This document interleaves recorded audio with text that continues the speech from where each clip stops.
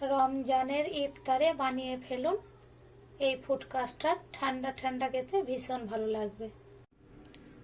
আসসালামু আলাইকুম প্রিয় দর্শক, সবাইকে অনেক অনেক শুভেচ্ছা জানিয়ে শুরু করছি আমার আজকের রেসিপি। তো আজ আমি আপনাদের তৈরি করে দেখাবো ফুড কাস্টার্ড। তো চলুন দেখে নেওয়া যাক কীভাবে এই রেসিপিটি আমি তৈরি করি।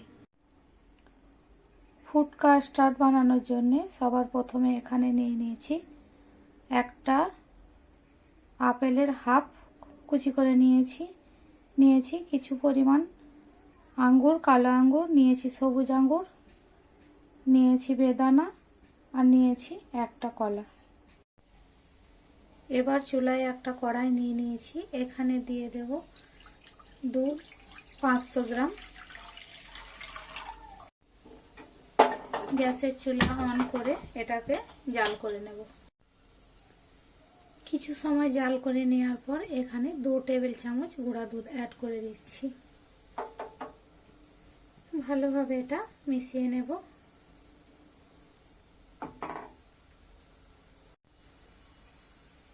দুধ খুব ভালোভাবে ফুটে গেছে। এই পর্যায়ে গ্যাসের চুলা বন্ধ করে দেব। এবার একটা বাটি নিয়েছি, এখানে নিয়ে নিচ্ছি 1 টেবিল চামচ ভ্যানিলা ফ্লেভারের কাস্টার্ড পাউডার। কিছুটা পানি দিয়ে এটা গুলে নেব।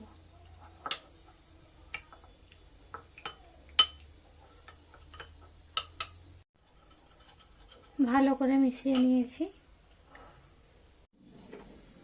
আবারও গ্যাসের চুলা অন করে এটাকে জাল করে নেব।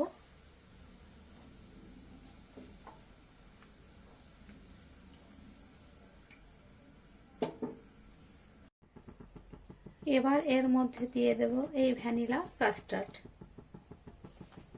ভালোভাবে মিশিয়ে নেব, নাহলে সঙ্গে সঙ্গে দলা বেঁধে যেতে পারে। ভালোভাবে রান্না করে নিয়েছি, দেখতেই পাচ্ছেন এরকম ঠিক পর্যায়ে এসে দাঁড়িয়েছে। এর থেকে আর বেশি ঘন করব না, এটা জমাট বেঁধে যাবে। গ্যাসের চুলা বন্ধ করে নামিয়ে নেব। চুলা থেকে নামিয়ে এইভাবে অনবরত নাড়াচাড়া করে এটা ঠান্ডা করে নেব, নাহলে ওপর থেকে একটা সর বসে যেতে পারে। আমার চিনি দেওয়াটা দেখানো হয়নি, এখানে আমি হাফ কাপ চিনি দিয়েছি অফ ক্যামেরায়। ক্যামেরা চালু থাকেনি, আপনারা এখানে হাফ কাপ চিনি দিয়ে নেবেন। তো আমার ঠান্ডা হয়ে গেছে, এখন আমি একটা বোলে নিয়ে নেব। একটা বোল নিয়েছি, এর মধ্যে এই কাস্টার্ডের মিশ্রণটা দিয়ে দিলাম।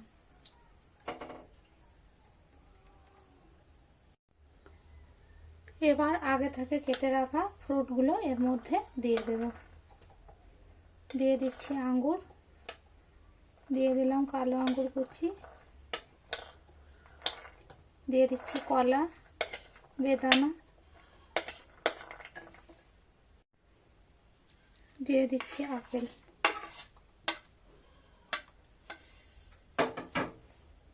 ভালোভাবে মিশিয়ে নেব।